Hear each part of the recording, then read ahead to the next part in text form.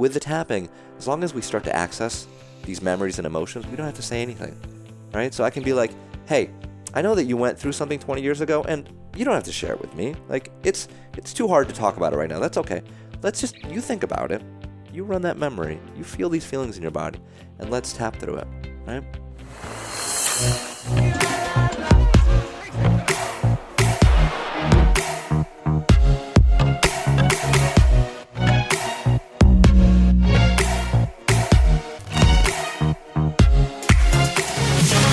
Welcome back, everyone, to the School of Greatness podcast. We've got the legendary Nick Ortner in the house. Good to see you, man. So good to see you, man. Thanks Very for glad that you're here. Yes. I don't even remember the last time we saw each other. I'll tell you, we were in a bar in New York City, and we were...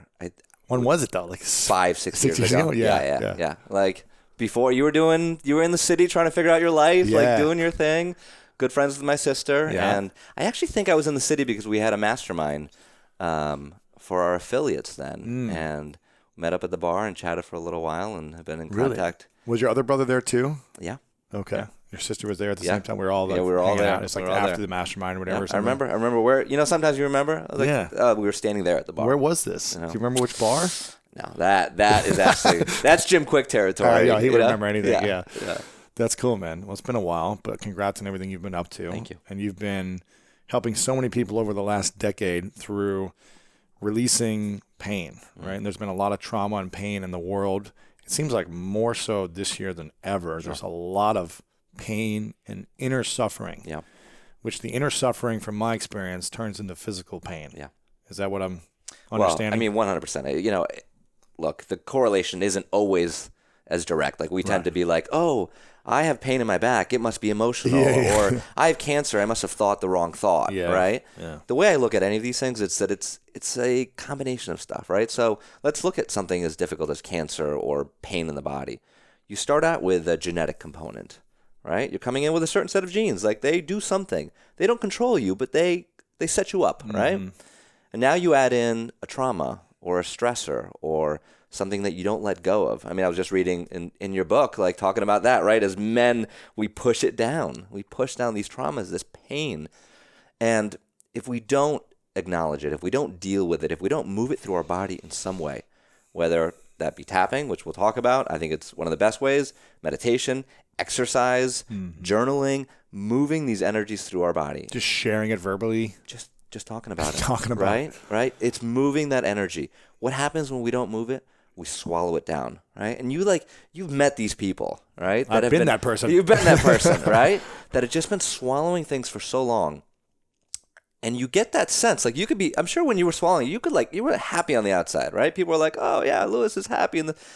But then there's just that underlying gnawing thing of like, you know what? I've been swallowing something for so long and it's eating away at me. Yeah. And frankly, I think that we're doing that with big traumas and with little traumas, right? We're doing it with the things that happened in our childhood that it's too painful to look at. And we're also doing it with just the daily stressors and just like the competition and the idea of like comparison and all that adds up. All that boils over. That is why people blink and they go, wait, what do you mean I have prostate cancer? What do you mean I have this? What do you mean my relationship fell apart? Like, the reality is everyone's doing the best they can every single day, right? People are putting it in like from the resources they have. And so many people just aren't getting that result. They're not getting that inner peace. They're not getting that inner clarity. They're not cultivating that sense of all is well. Yeah. What I love about tapping, what I love about this work is that for too long I feel like we've just been up in our heads and we haven't brought the body into it.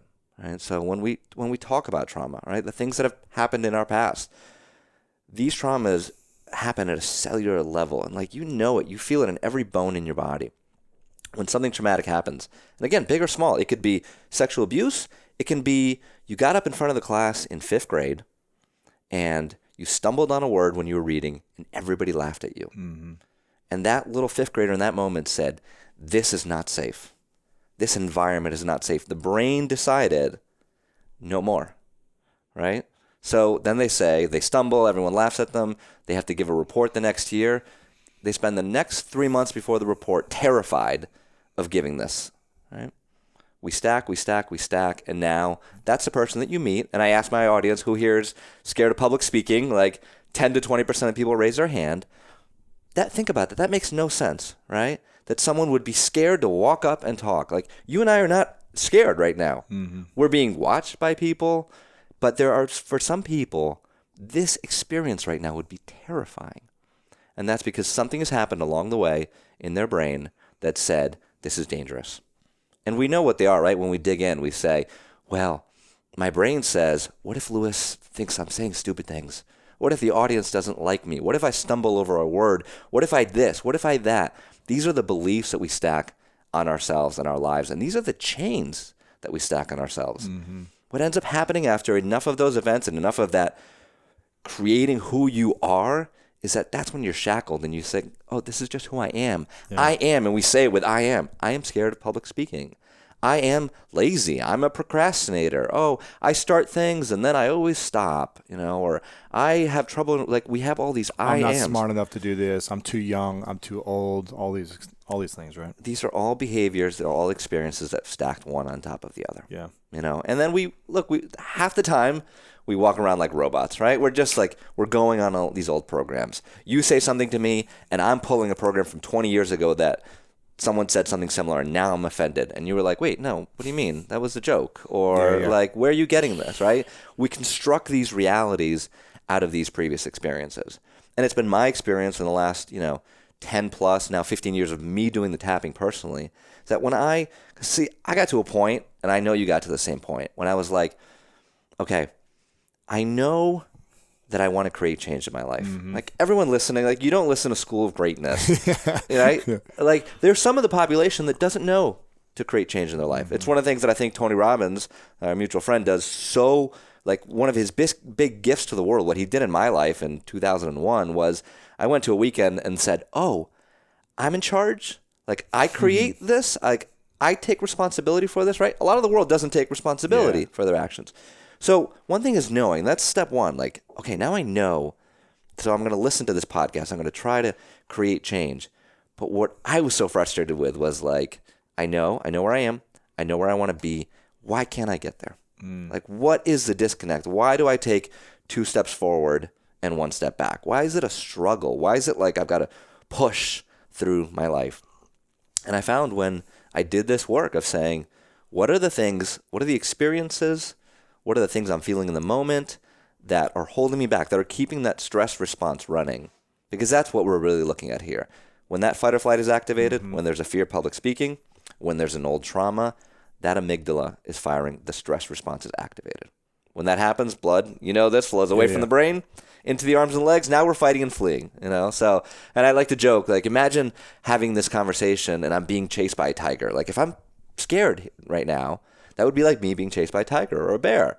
And then think about the things that we really want in our lives. So to write that book, to make that call, to say I love you to someone, to apologize for something that we did, to dream a bigger dream, to actually take this action, all these things that we want, these positive aspirations, try to think about them when you're being chased by a tiger.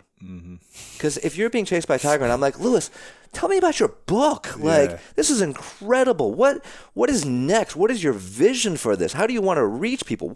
Why did you do this? Give me your love and your heart. You would say, I'm being chased by a tiger. The only thing that matters in this moment is that I don't die. Mm-hmm. And too many of us are walking around running that stress response where the only thing that matters is that we don't die. The only thing that matters is that we don't feel these feelings again, that we don't feel that pain and that hurt and that heartache. I think a lot of times people are scared to look at this stuff, right? Mask of Masculinity is like, whoa, you're asking a lot for people, right? Like, this is scary stuff. If you don't have a tool to process those emotions, which I know you have in the book, if you don't have journaling or meditation or tapping, then it makes sense to bury it down. Right? Because who wants to feel that for no reason, right? So let me bury it down. Let me get to work. Let me just do my thing. I'm going to bury it. Yeah. What I found with tapping, and people will experience it when we do it in a little while, is that you feel the emotion and then you actually process through it. As opposed to, say, swallowing anger down. Like, if you're angry about something, we could tap and it'll happen time and again. You'll be angry. Okay, fight or flight, right? There's something in your body that's saying, I have a right to be angry about this. I was harmed. I'm going to stay angry, right? For safety, right? So we tap and we talk about it and you acknowledge this is how I feel. And we send these calming signals to the amygdala in the brain. The brain all of a sudden gets this wiring mechanism that says it's safe. And now all of a sudden you'll say to me, I don't feel that anger anymore. I'm just kind of sad about this situation. It's like, oh, well, that's interesting. Well, let's take a moment to feel that emotion. Yeah, it was such a great friendship and we just got at each other and things went the wrong way. And now I'm feeling that sadness. Okay, let's tap through that sadness. I don't feel that sadness. I just really realized that we were just both meant to go our own ways, right? All of a sudden, like this incredible healing that sometimes takes decades for people to get to happens in minutes because we are allowing the body to feel and express the emotion. What were the things that you suppressed the most growing up before you got into tapping? Yeah. I think I was operating, because I'm like thinking about all the different aspects of my life. A place where I saw this pattern running, and I'm trying to dig out where the suppression was with it, was around finances and money. And people are like, what do you mean tapping for money? Well, my family growing up, like I was born in Argentina, lived there till I was 7 years old. Really? Wow. Came to, the U.S., didn't speak a word of, spoke a little bit of English because we had like second grade English classes or whatever the equivalent is. Are you still fluent in Spanish? I'm still fluent in Spanish. Nice. Yeah. And, so second grade, joined a new world, No English. No English. Didn't complain that the Flintstones were in English and I couldn't understand it. I mean, I remember clearly being at JFK Airport. Like we got in late and we had to stay at the airport before driving out to Connecticut where we were living. And we put the Flintstones on and my parents told me a story and I threw myself back on the bed and I said, I'll never understand this, because in that moment, right? They're just no entiendes. The cartoon is just jabbering in English, and oh my gosh, right? So growing up, we middle class. There wasn't a lot of money for extra little things, but we were fine. My family definitely ran the pattern. I saw it again and again of boom and bust. It was like things would go really well for my dad, and then something would go wrong, and then things would go really well, and something would go wrong. And I get into my 20s. I start my own web design company. I'm doing really well. I'm feeling good about life. I'm passionate. I'm living in New York City. I took all my friends to this trip in Mexico where I paid for the villas. Wow. Like I'm like doing it, right? It's pretty sweet. Perfect, right? And then a year later, broke. $100,000 in debt. Oh man. Right? Boom or bust. When was this? What year? So this is 2001. This is right after towers fell. Yeah. Moved into Manhattan. Wow. So 2002. You moved in after they fell. Yeah, Wow. I was planning on it. We moved to Brooklyn for the first year, and then lived in Manhattan the next year. So it was like everything. Were you watching the towers from Brooklyn? Or no, it was. I moved to Brooklyn maybe about a month after they went down. It's crazy. Yeah, and talk about trauma in the whole city there. After that, which we're still dealing with. Yeah, exactly. Still dealing with. So, and what I noticed with the money situation, what I finally unlocked for myself, right? Because it's like, wait, why am I doing so well? We go on this trip. Everything's great. We're planning the next year's trip. That you'd paid for already. I paid for just the villa the first year. Gotcha. Right? They got their flights. Flights. Paid, It was a good deal, right? Yeah. Second year we're planning it, and I couldn't get the same deal in the villa, so it was going to be more expensive for people. And I got pushback from some friends. One in particular, who was a dear friend today, so it's all good. But she was like, Nick, we don't all make the money that you make. Ooh. And it came with a little bit of attitude, right? You can't expect us to come and pay for these things if we don't have it or whatever. Right? So there I am, like feeling on top of the world, and then, I don't fit in anymore. Like now I'm different than you. Now we're not friends. Yeah. I'm making more. We're not connecting. Sure enough, my unconscious mind took over for the next year and went bust again. $100,000. I sabotage myself so I can stay in the community. So I can stay in the community, so I can fit in, And if I look at growing up, I'm passionate about the world. I'm passionate about these tools of change. Before it was tapping, it was other things. I would rope people in. You got to read this book. Right. I mean, right? Right. And that passion doesn't always fit in. No. Right?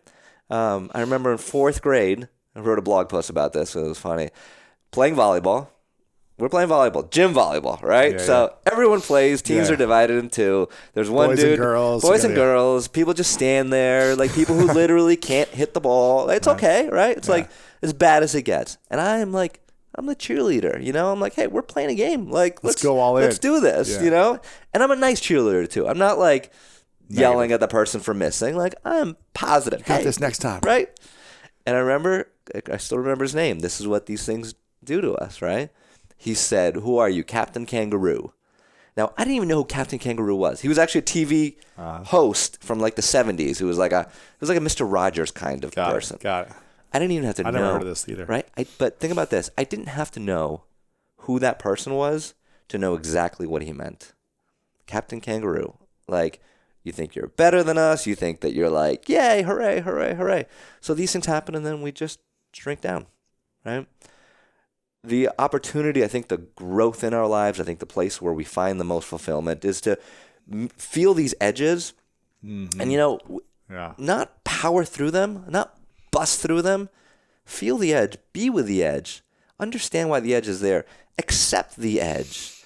You know, with the tapping we do, even though I have this problem, like what we start with generally is like whatever's going on, even though I'm anxious, I'm scared, I'm overwhelmed, I have this limiting belief about money, whatever it is, even though I have this, I love and accept myself. Or I love and forgive myself. I want to forgive myself at the edge.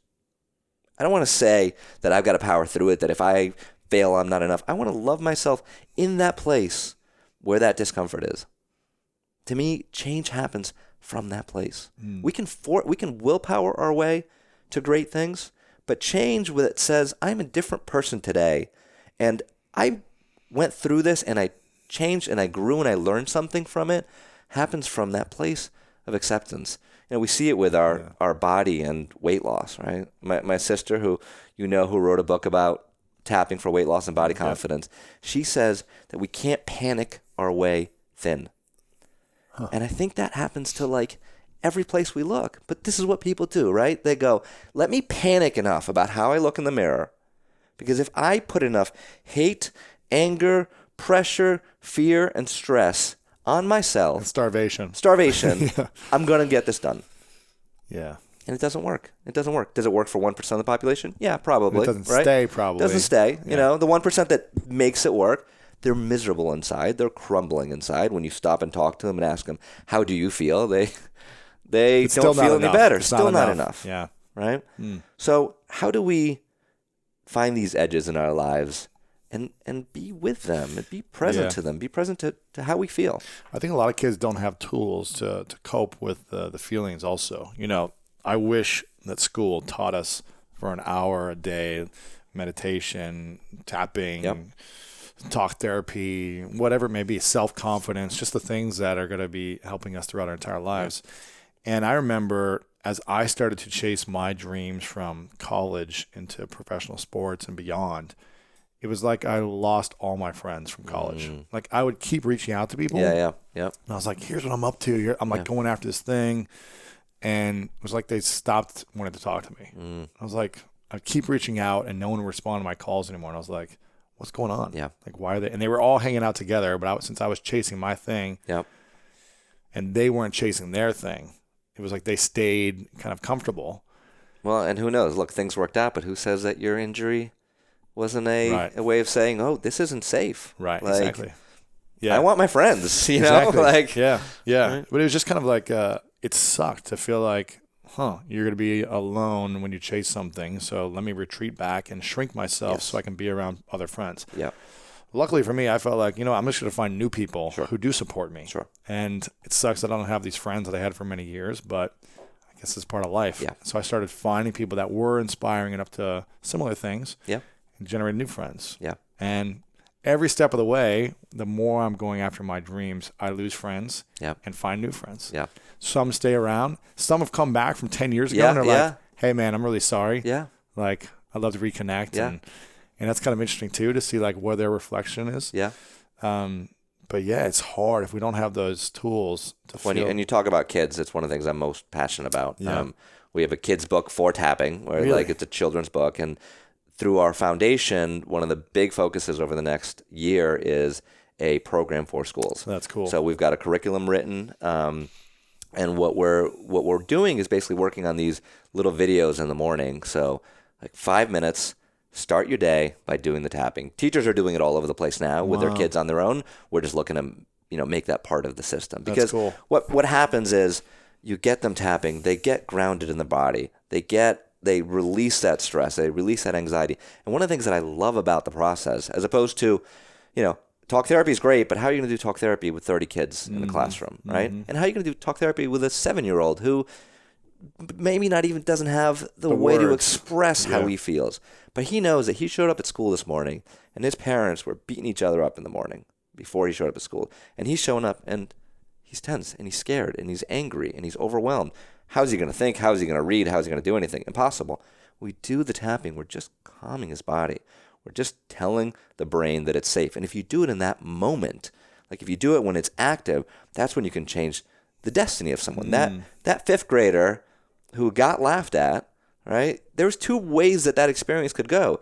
She or he could get laughed at and say, this is dangerous, or get laughed at and say, you know what, I'm going to be better and I'm going to be stronger and or do the tapping and let go of the trauma. Like we have all these points in our lives where we can take one way or the other. Yeah. The tapping helps us bring ourselves back to that place of peace, calm that amygdala, calm that nervous system, so then we can make the decisions that really serve us best. Have you been big into meditation as well, or is this your I have. form of meditation? No, I mean, I love it. I think my best combo is usually tap first and then meditate, right? So like people should try it, because that monkey mind that you waste, you're like, I just meditated for 20 minutes and nothing happened. Or the last 30 seconds, you finally are like, and then it's like ding, tapping first.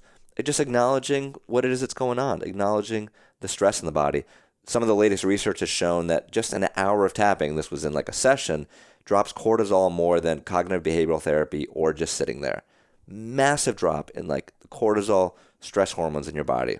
So you do that before meditation. You'll see how deep you go. Tell me the science of what tapping does, and the research that backs it. Yeah. So there's over 100 research studies now. This has been around for 30 years. It's only in the last couple of years I put a lot of personal money into the research.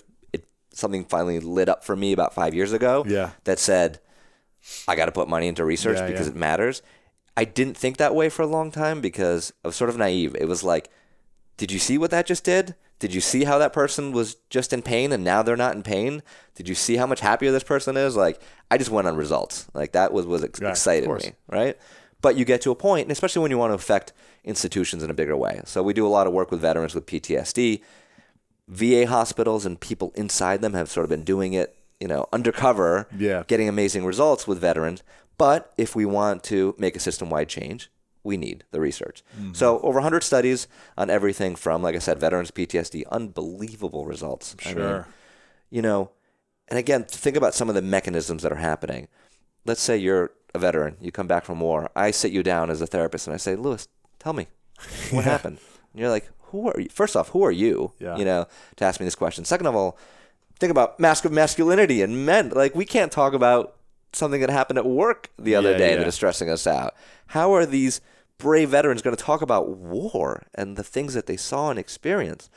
With the tapping, as long as we start to access these memories and emotions, we don't have to say anything, right? So I can be like, hey, I know that you went through something 20 years ago, and you don't have to share it with me. Like, it's too hard to talk about it right now. That's okay. You think about it. You run that memory. You feel these feelings in your body, and let's tap through it, right? Boom, tapping through. Now you're connecting to that memory. You're firing it in your brain, calming the amygdala, calming and relaxing the body. In essence, telling the body, hey, this is safe.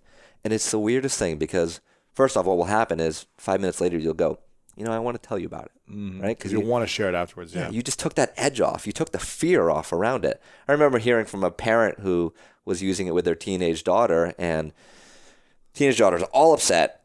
Something's going on, right? Right. So, like, mom knows something's going on. But she won't say. She won't say, right? Something with a boy had to be, right? Of course, yeah. She won't say. Let's do the tapping. Okay, we'll do some tapping. We'll just talk. We don't have to say anything. Just tap through the point. Boom, boom, boom. Think about it. Sure enough, she opened up. Told the whole story, right? So veterans with PTSD, like we can go slowly. We can start to unwind the memories. And when we bring in this physical component, the brain rewires. The cortisol drops, DHEA goes up, like all these healing hormones flood through our body from this process. And I tell you, I know people are like, I'm just showing the points that people are like, wait, what are you doing? I know people are like, what are we doing tapping? I wake up every morning and I say, what is it that I actually do? I teach this tapping technique, but I think we're going to look back a decade from now and it's just going to be like meditation now is the hottest new thing, right? It's been around for 10,000 years. Right. Now we finally figured it out. Now it's mainstream. But now we have institutions, whether it be the government or corporations, saying we have to lower the stress. Like we need to do something out of self-interest. You know, a corporation's self-interest is to reduce pain in the body, to reduce sick days for people, to reduce stress and absenteeism. Right. So we have to look at these tools, and tapping is just an extraordinary one to make that happen. How did you discover it in the first place? Yeah, so I found it online. You know, I'm not the originator of the technique. Like I said, it was first sort of formed in the late 1970s by a psychologist, Roger Callahan, who combined his psychology with this idea of acupressure, with stimulating these acupressure points.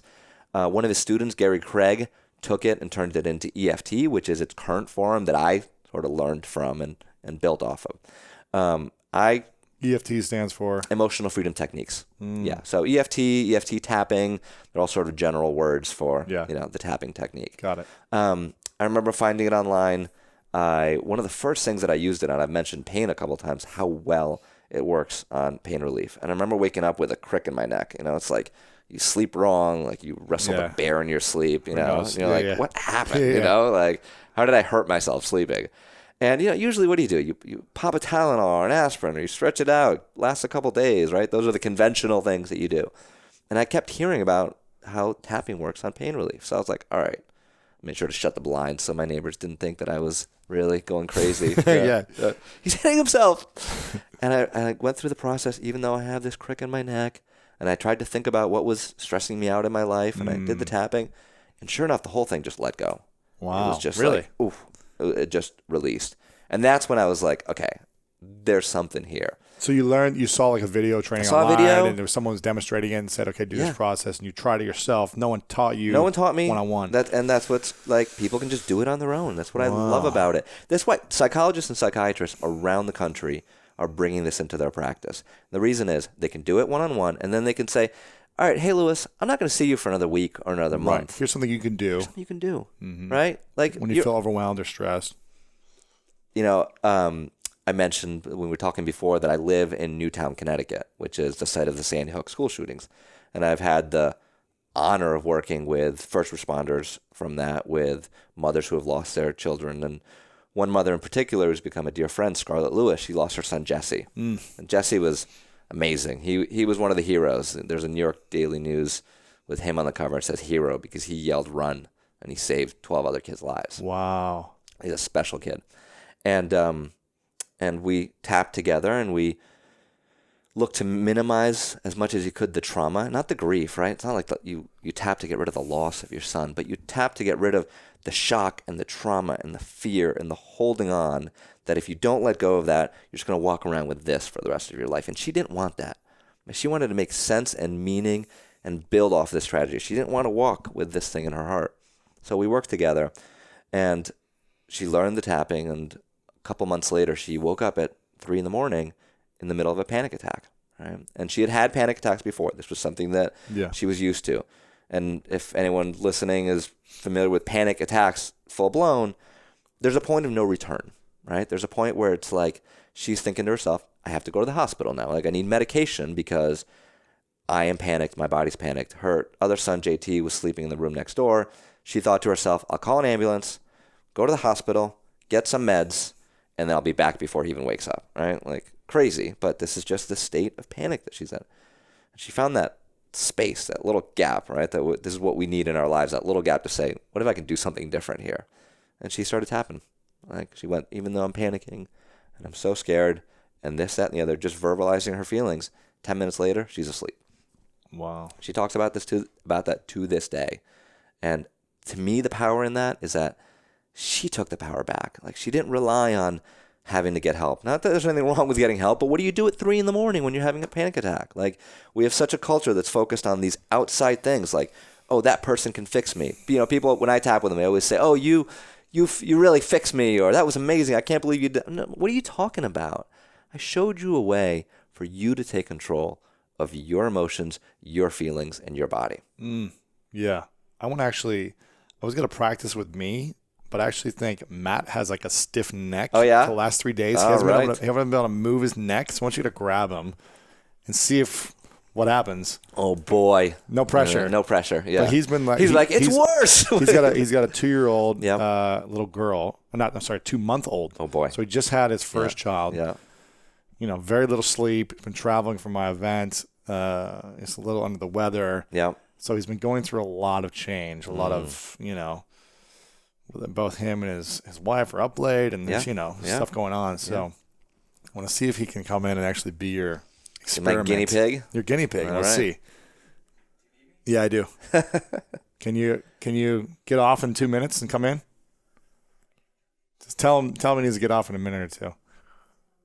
Okay, we'll bring him in a minute. Let's go over the points though. Yeah. Before we bring him in, let's go over the points. There's 7 points. Is that right or more? A couple different variations, but let me show you the basics. Right. So we start by tapping on the side of the hand. Does it matter which hand? No, whatever's left? comfortable. Whatever's comfortable. I usually go. We'll go through the points first. You're going to come in and be a guinea pig for something. We need you for something. He looks really excited. In a moment. In a moment. We'll bring you in a moment. Yeah. Stay here though. Stay here.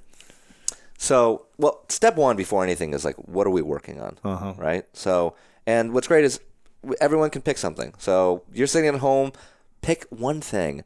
I like to start on the one thing that's just stressing you out right now. You know, it's like, it's the pain in your neck, right? It's something that you have upcoming. Like, oh, I got this project launch in 2 weeks, and book launch or whatever. Book launch. Yeah, like, right? If you just feel that heaviness around it, like, look for the place where you feel heaviness. Look for some sadness if you're anxious about something, if you're mad at somebody, right? And we want to get really specific. That way we can focus on it and then see the shift, right? Because we can just tap through the points and you'll feel better. But so focus on like the person I had an argument with that I'm mad about. Yeah, or somebody said something to you this weekend and you think about it and you're angry and it's a level 8. Like, perfect. We give it a number on a 0 to 10 scale because we want to see the change, right? So everyone just pick something. Or if you're in pain. If you're in pain, boom, like right lower there. back pain or neck pain. Pick focus on the pain. Pick the pain, and we'll go a little deeper with the pain because there's it. an emotion behind the pain. Sure. So pick the thing, you got your number, and then we tap on it. So should we just go through the whole process Let's together? do it. Let's get him in here first, actually, since he's here now. So Matt's going to come on, Cesar, and I'm going to let him walk through it. Here you go. Yeah, sorry, Matt. That's okay. How are you? I'm great. Nice to meet you. Pleased to meet you. Yeah, so we're going to do some tapping. You ever heard of tapping? First time. All right. And I heard you have a stiff neck. I do. Left side of my neck is just pretty hard to turn left. Okay. So you're locked up to the left. How's the pain 0 to 10? Straight on, I'm good. Okay. But the second I start moving left, it's a good 6, 7. Okay. Yeah. Okay. Yeah. Yeah, and I can't move. Yeah. And when did it start? Started a few days ago. Okay. Do you remember? Did you felt like you did something? Yeah, I think it was just to wake up one morning, slept wrong, slept funny, Got a newborn baby at home, so sleeping's a little bit of a challenge. Yeah. How is your general life stress level right now? Pretty good. Yeah? Yeah, I think it's pretty good. I mean, yeah. All right, so here's what we're going to do. The first round, we're just going to tap on the thing. So everyone watching, please pick something. Do this now because it's such a good opportunity to have the experience. Don't just watch Matt go through it. Pick anxiety, pick stress, pick the one thing that you want to focus on and release. And so 6 or 7, we have no mobility to the left. How about to the right? To the right, it's much better. Yeah, look, he just turns his shoulder. Yeah, to the right is much better. He goes like this. That's the chair swiveling. You actually didn't move. No. All right, so we start. Yeah. We start by tapping on the side of the hand. Everyone else just join along. And I want you to just tune in to that feeling in your neck. And the first round, we're just going to tap on the thing. And then we're going to go deeper, look into some other stuff. So you can repeat after me. And everyone watching at home, you can use the same language. You can change it up a little bit. I'm going to try to be very general. But you just focus on that neck. All right?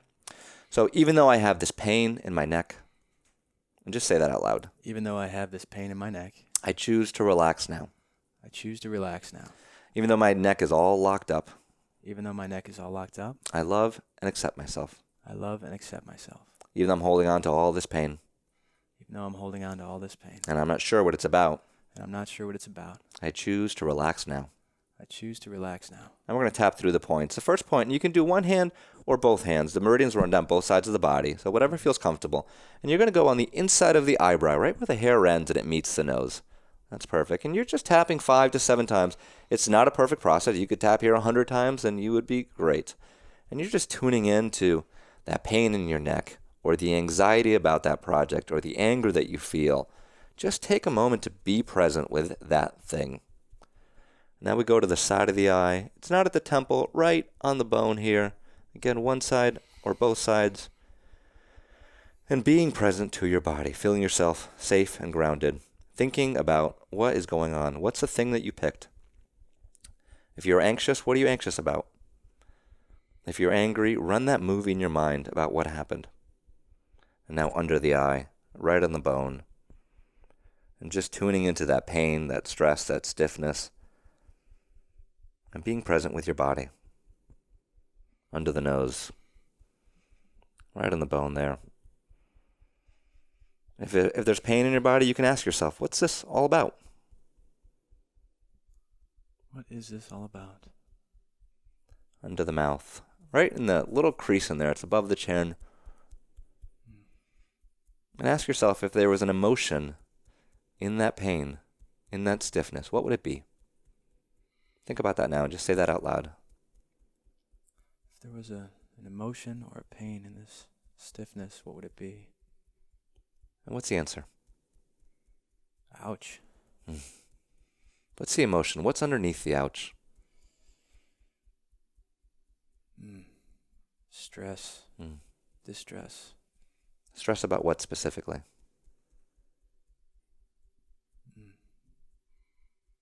The annoyance of it. It's annoying. It's not my natural state. It's not my natural state. Go to the collarbone. Just feel for the 2 little bones of the collarbone. And you go down an inch, out to each side about an inch. You can tap with all 10 fingers of both hands. So you're angry at the pain? I would say I'm angry at the pain. Yeah. Just be present with that pain and stiffness. So you have a lot going on in your life right now. A lot of demands. Yes. And you are staying strong. Staying strong. Staying stiff. Staying stiff. Can't bend. Cannot bend. No time for bending. Right? No time for bending here, right? Under the arm. About 3 inches underneath the armpit, right on the bra line for women, either side of the body. There's no time for bending. No time for bending. Top of the head, right at the crown. I've got to stay stiff.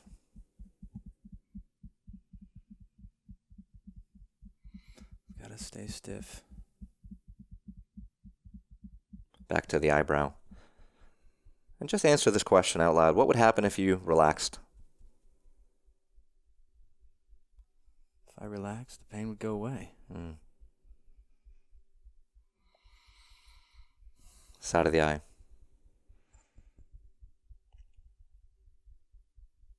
Just be present to the pain. And be present to the stress in your life right now. A new baby. A lot of demands. A lot of travel. Under the eye. Just notice the last couple weeks and the burden, the stress, and the pressure it's put on your body.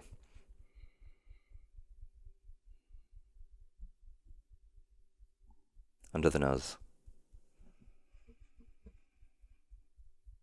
And everyone else, just keep tapping along with us. Being present, watching what happens, listening to the words that your brain is bringing up. What's it saying? What's it doing? What are you thinking about? Sometimes we start tapping with one thing and we find something else. Under the mouth. Sometimes we're angry and then we realize we're sad. Sometimes we think we're stressed about something, but it's also about something else altogether. Collarbone.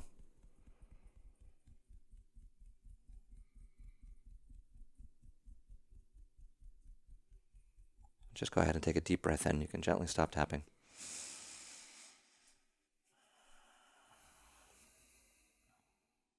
And now we tune back in. So whatever you're working on, the anxiety, the stress, the fear, we look at that number. Everyone at home, check back in. What's that number? We can get really distracted by a lot of other things.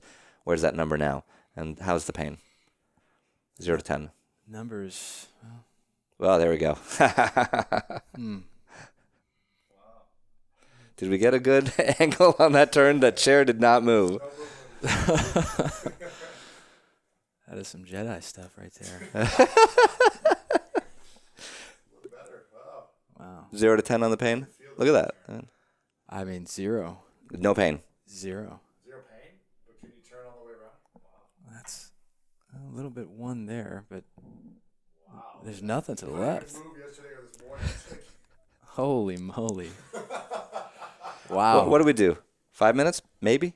Max? 3, 4, 5, yeah. Unbelievable. Really? You're not faking it, huh? No. No faking. No, I don't think he could have faked it either. Did you see how Yeah? stiff he was? No. Yeah, I was like, no, this is good. This is good. So look, that was a couple minutes. We relaxed the body. We decreased the stress hormones in your body. We acknowledged some of these feelings. Like, I'm sure you had your own internal process, right? Mm-hmm. As you were doing that tapping. It wasn't just about your neck. It was like, man, I've been holding strong recently, and maybe I just need 5 minutes to just bend a little bit, you know? That was a nice 5 minutes, I have to say. I mean, unbelievable. Now, what's it going to Yeah, so Lewis said, what's it going to take for him to stay flexible, right? Not go back. That's it. Yeah. So look, that was only a couple minutes. If you and I sat down for another half hour, I'd say, let's really talk about how you're feeling with everything that's going on and tapping on releasing that stress and that anxiety. It may be that you just needed a little bit of a release and now you're good to go. Yeah. It may be that 3 hours from now, you're going to be on the phone and you're going to find yourself, you're starting to stiffen up and you go, oh, wait, who am I talking to now? Right. Oh, I don't like this phone call, right? Like, Lewis walks in the room, then we know it's his fault, you know? Right? So we look for these clues, like what is our body telling us, you know? All too often, we get a symptom in our body and we say, oh, it must just be this, you know? We go on Google and we look it up and we say, stiff neck, here's what you take for it, and that's just what it is. Right. Supposed to ask ourselves, like, what is the emotion here? Like, what am I feeling? What am I going through? Yeah, I typically go to ibuprofen. I mean, sadly, that's my first step with physical pain. Yeah. You know? Yeah. That's why I thought this You're good. We just throw them in. You wouldn't have bought it otherwise. I have to say, I feel like physical pain requires some sort of physical adjustment rather than mental. That's typically my go-to rather than just sitting there and having a moment of meditation, tapping, just allowing yourself to be and breathe. And I don't think I do that enough. Definitely. Well, keep me updated, and I'm happy to work with you more. Thank you. Very good. My pleasure. My pleasure. All right. Does it feel better? He looks better, doesn't he? He walked in stiff. He walked in, like he's got more blood to his face. Like, Yeah.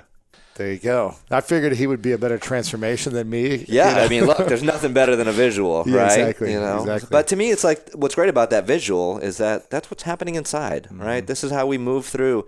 Like, this isn't just about pain relief. This is about, it is about greatness, right? We both have greatness, like the manifesting your greatest self, you know? Man. It's like, how do we bring that out of ourselves? How do we bring out our greatness? Well, here's the thing. We cannot do anything great if we're tight at all. Yeah.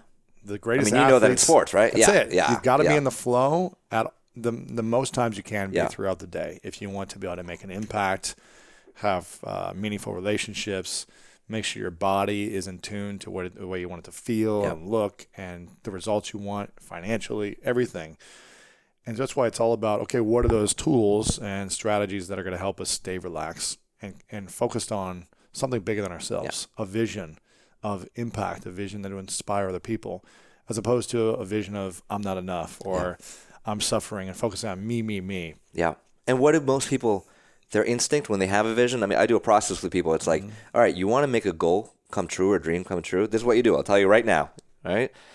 You sit, you close your eyes, you imagine that dream and that goal. At first, it feels good, right? You're like, oh, yeah, I can do this. And then you pay a little attention. You ask yourself questions like, what's the downside of this happening? Or you bring your family members in. Like that, yeah, exactly. Right? So you want your dream house? Like, we're in this beautiful apartment, right? You want your dream place? Like, have a family member walk in and see what they say. See how, just in your mind, right? We can do this instantly. Yes. Like, you can bring anyone that you know in your mind, and you know what they will say, right? So have them come in. See how they react. See how you react. What are the things that you say to yourself? You want to publish a book? See it on Amazon. What will I hear from people? They'll be like, oh, it's so great it's on Amazon. Oh, wait, but what if it gets a 1-star review? It's like instant fear, instant going to like, what's the downside? If you don't accept 1-star reviews, when new authors come out and like I'm helping them with the book and talking, I call them up when they have a 1-star review on Amazon and I congratulate them. I tell them you've made it. Like, because if you don't have a 1-star review, your book hasn't gotten out enough, right? Exactly. You haven't sold enough copies. Like, that should be your job. Like, someone's going to have something to say about what you have to say, no matter what. No matter Guaranteed. what. Yeah. So that's how we have to bust through those fears. Even when we don't go after our dreams, someo's going to talk negative about us. I mean, that's so it. you might as well do it. Yeah, exactly. You might as well go after it, because either way, people are going to judge you, talk negative about you. If you're sitting around on the couch all day, they're going to say you're lazy. Yeah. If you're going after your dreams, they're going to say you're not good enough or you're not doing it the right way. So either way. Well, thank you for doing that for him, because he's been stressed out the last few days. I'm so glad, yeah. And as much as I try to relax him and get him to breathe, sometimes it's too close to home. What is the cause of all stress in your mind? That's such a good question. I think it all comes back to safety, right? So on one side of the spectrum, we have that tiger chasing us, right? That is that originating behavior. I really liked, so day 2 of the book, I did this thing where there's Grog and Thor, right? They are cavemen, our ancestors. And I paint this picture of Grog and Thor sitting out there, in the savannah, right? And I forget who's who, but let's say Grog is meditating, right? Because he's just like, he's Mr. Positive. Yeah. He's just like, he's oming and he's meditating and he's doing his affirmations on the rock, and like, he's just being so positive.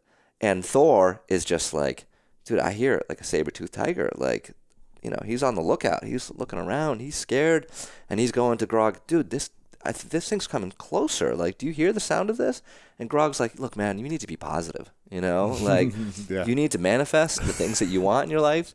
You need to visualize. And he's sitting there visualizing peace, right? Thor, who's just like, freaking out. He says, I'm out of here. I'm leaving for higher ground. Sure enough, Grog gets eaten, right? Grog was not looking out for danger. Thor is our ancestors, right? That we are made of that. We are made of many pessimistic people who, in times of danger, looked out for the negative. It's called the negativity bias. And Rick Hansen talks about it in detail. So our brain does that. And I think I loved exploring that and learning about that, because the second you acknowledge, hey, my brain is going to have this bias, right? Then you can, first off, take a little bit of the pressure off of being positive. Like, there, my brain went there. Great. Now let me acknowledge it. This is where tapping now rewires that brain and that nervous system and tells that amygdala is calm. And then you can feel the positive emotions truly, right? You can like actually feel them, as opposed to like trying to fake your way to them. Like, no, I looked at this fear. So back to your original question, stress is about safety. Some part of us doesn't feel safe. If we're stressed because we're running around, why are we running around? Because we think we have to, because we think we have to do it to fit in, because we have to pay the mortgage, or like it all comes back to safety. And I find when people can just literally tap with, I feel safe. I feel safe in my body. It's something that we never think of, right? Because for most of us, thankfully, we are physically safe most of the time. It's not the case for a lot of the world, but we are. But that emotional safety isn't there. Like, they could read your book, I feel safe. I feel safe. Yeah, I have a mask and I feel safe, right? And like, what if I could let go of that mask? What if I could let go of these things that I'm putting on? What if I could feel safe in my body? When you and I feel safe around each other, we're not stressed, right? If I think that you're judging me, if I'm worried about this, I'm worried about that, that's when the stress goes up. And you can feel it with everybody around you, right? Like, do they feel safe, comfortable? I mean, I felt that in this environment when I walked in today. Yeah. Like, the people you have working with you, there was a grounded, safe energy. They were happy and just like, it was beautiful. And it was because at some level they felt safe in their body. They were passionate about what they're doing. You created a safe environment for them. in corporations. I mean, they've done studies at Google that the number one thing for like worker cooperation and enjoyment and productivity is a sense of safety. Really? That I can say, hey, Lewis, I actually don't agree with what you're doing with that project there. Like, I think you missed the mark there. And we can feel safe enough that you go, oh, okay, yeah, I see what you're saying there. Well, what if I do this, right? As opposed to what normally happens is like, I either don't say anything or I say something and now you're pissed off and now we hate each other and can't get any work done, where there was a collaboration based on safety. Mm-hmm. What would you say is your biggest stressor or fear in your life right now? Well, someone who's been practicing this for over a decade, who's been helping the world heal. Do you ever find yourself falling back? Yeah. So, my biggest stressor is I'm a parent of a 2.5-year-old daughter. So that has been just beautiful and amazing. Yeah. And that is just the basic parent stress that exists. I actually have a book coming out next year on tapping for parents, kids, and teens. That's cool. And I'm donating 100% of the profits of that in perpetuity. Never going to make a penny on it to the foundation because I think that work is so important. Like, I see it. So, but I'm okay with that, those stressors. Like, that's just the life stuff. I think for me, certainly as a public figure, as representing myself out there, sharing the tapping, I feel a deep sense of responsibility for the technique, like for tapping itself as almost like a thing. There's many other people talking about it. I'm not the only one. I just happen to be someone who can share it in a way that people resonate with. Build an audience. Build an audience and resonate with. From the beginning, we were talking about the movie I made earlier. I'm barely in the movie. It was never about me. I didn't want to be the guy. Me on the cover is a weird thing for me. I know, we talked about this, It's a weird thing for me. I had to get a lot of opinions. It wasn't what I just naturally wanted to do, Now that I'm doing it, how do I balance work and family life? The same challenges that I think so many of us have. Like, I have this passion. I believe that this tool can help not just you and I and Unstiff Neck and all these great things, right, which are important. I think it can help and transform the lives of veterans with PTSD where we don't have any answers. I think it can play a role in the opioid crisis and the deep pain and suffering that people are going through. So it's just about like that feeling, and how do I do that and also just stay in balance, right? And not be scattered. And the opportunities that are everywhere all the time. You could follow a million different paths at any moment. So it's like, what do I do to grow my business, to support my family, to support our employees, and to get the message out? And the thing with the tapping is I'm always working on like, what's the best delivery vehicle of this, right? Because we can't all tap one-on-one, and we can't all going to have me around when, someone has a stiff neck, right? Yeah. So, and we're doing some things there with an app and other forms of getting that. So when someone like Scarlett has a panic attack at 2 a.m., like, she knew enough and had the presence of mind to do the tapping, but maybe someone else doesn't. And maybe they can pull up their phone and have a resource there to just ease, not fix everything, but just ease that pain. I think as, yoga kind of became more mainstream in the last 10 years, 10 years ago, there was really maybe one or two yoga studios in LA and New York. Maybe 15 years ago, it was more like that. And then in the last 10 years, it's all over the country.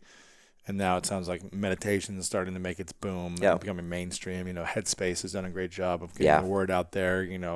Andy Puddicombe's on, Jimmy Fallon and Ellen and, doing this work and kind of making it more mainstream.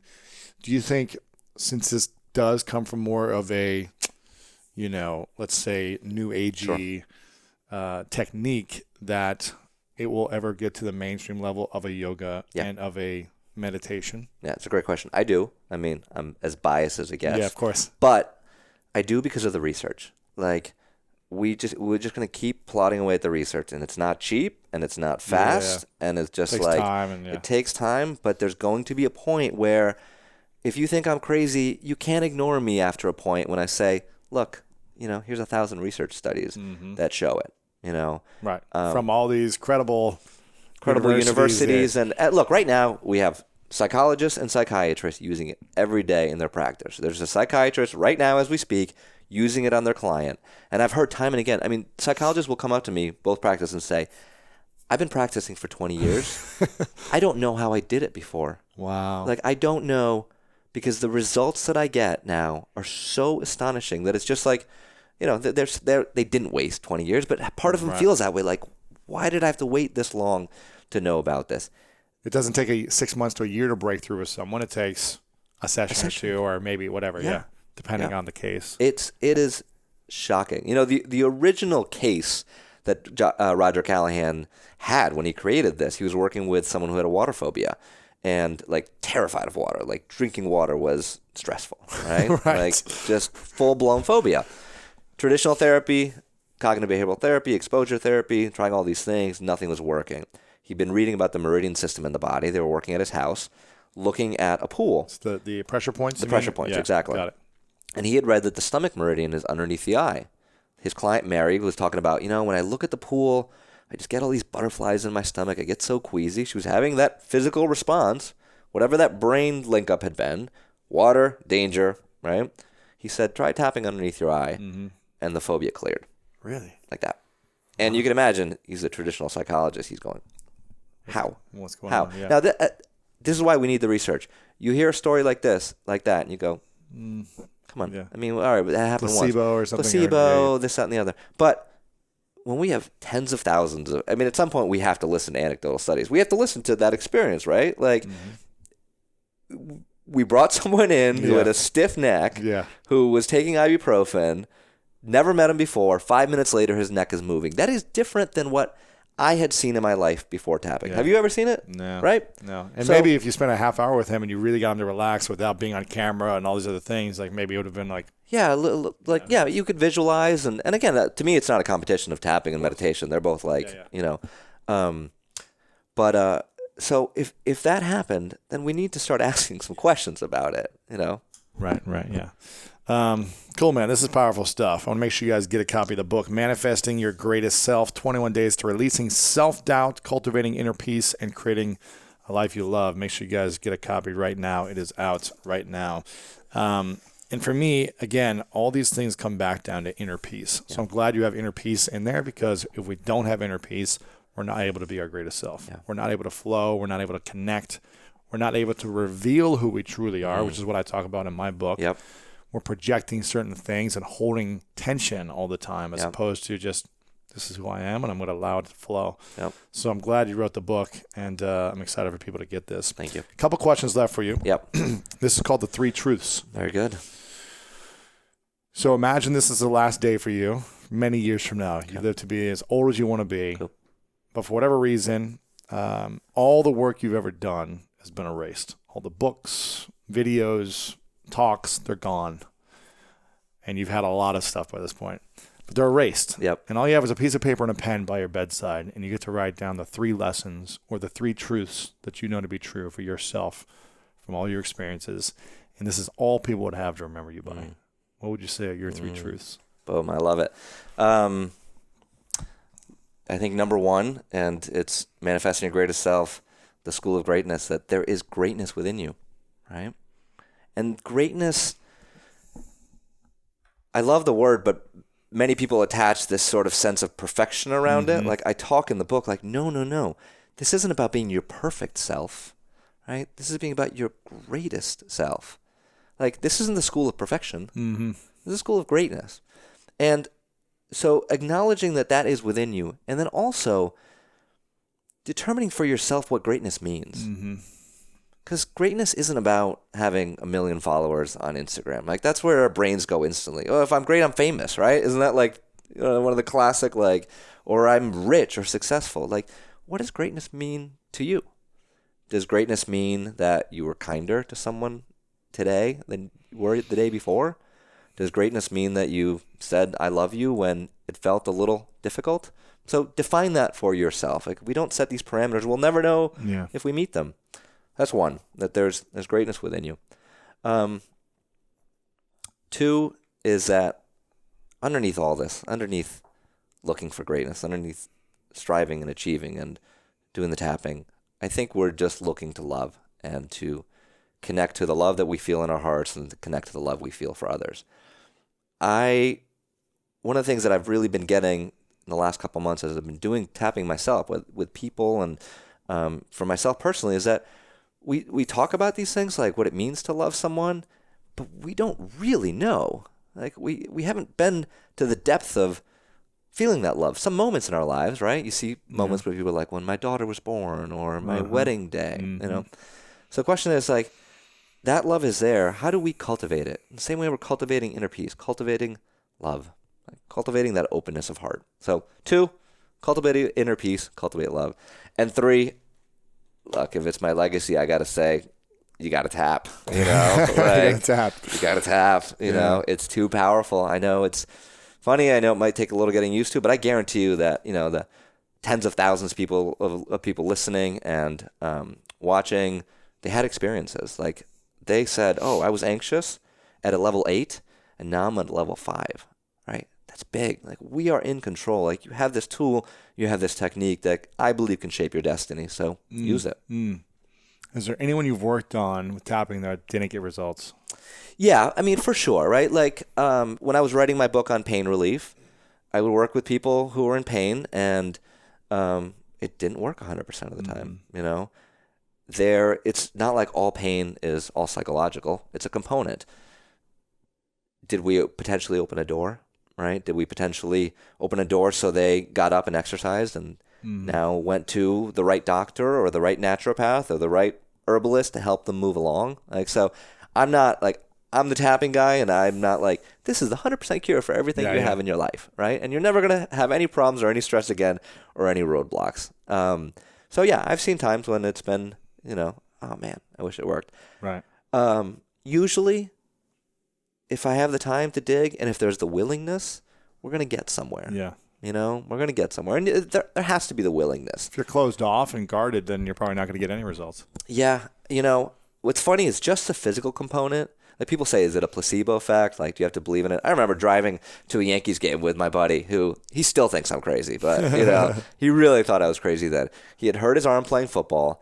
I had just heard about the tapping. I was like, the running joke was, don't say anything is wrong around Nick because he'll make you tap on it, you know. I said, just try this thing for your shoulder. And he's looking at me like, you got to be kidding me. You know, like, we're driving in the car. I'm showing it to him. We're tapping, blah, blah.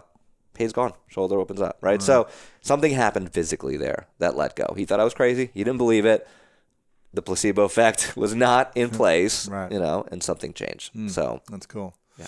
Well, I want to acknowledge you for a moment, Nick, for healing so many people and giving people the opportunity to have a tool that can heal themselves ongoingly. I think there's so much suffering and lack of peace within people.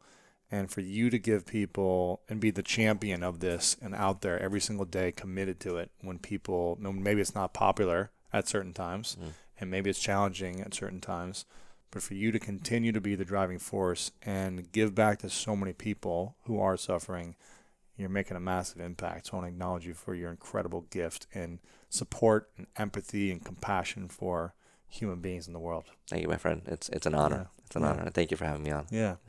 We've got one final question. Cool. Besides getting the book, where's the best site for you? Yeah, thetappingsolution.com. Thetappingsolution.com. Yep. Awesome. Yep.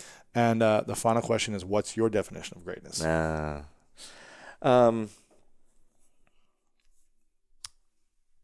know, being a little bit better today than you were yesterday. Loving a little more, being a little kinder. Like, opening your heart a little more. Being vulnerable. Being willing to take risks. Being willing to tell people how you feel. Right? The actions that we do, and you and I are action guys, right? But that's just on top of it, right? That's just all this noise around it. To me, the greatness is in just being more loving, caring about our fellow man. I mean, it seems like it's gotten so lost, you know, that just that concept, like, do we feel responsible for each other?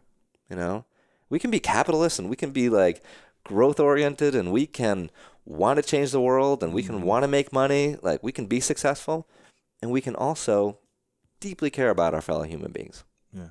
And to me, that's greatness. Like, if you're walking around deeply caring about the people in your life, that's greatness. Nick Ortner, thank you, man. Appreciate you, brother.